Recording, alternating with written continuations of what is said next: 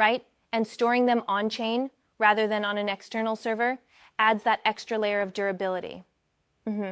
It guarantees that the art is, well, for the ages. Exactly. And then there's the whole backstory, created by Matt Hall and John Watkinson of Larva Labs as an experimental project.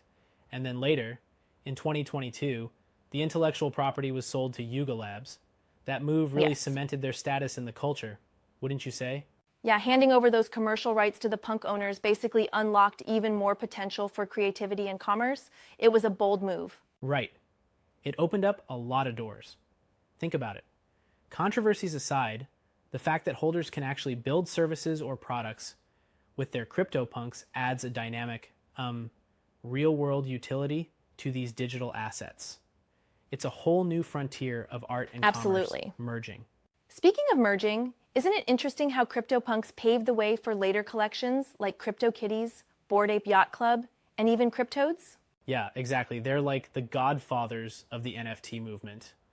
Their experimental nature, the use of blockchain for artwork, and that raw, unfiltered aesthetic all set the stage for what was to come. And when you look at the details, like the pixelated 8-bit style inspired by the cyberpunk movement, it adds a retro yet futuristic vibe that appeals to both art collectors and tech enthusiasts. Exactly. And it's quite fascinating how these little pixel portraits reflect influences from, both the cyberpunk culture and even nods to groups like Daft Punk and the London punk scene of the 70s. That mix of cultural elements makes them so intriguing.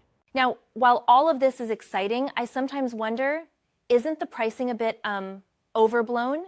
Do you really think the unique attributes and blockchain security justify like multi-million-dollar price tags? Good point there.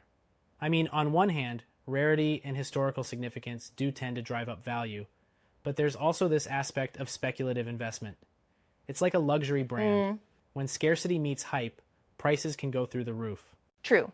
But don't you think that sometimes the market can overestimate the future potential? I mean, technology and art markets can be volatile. Well, absolutely. There's always that risk, particularly in nascent markets like digital art. But the enduring nature of blockchain and the growing acceptance of NFTs as legitimate art forms might, in some ways, offset that risk. It's a balancing act between hype and genuine cultural impact.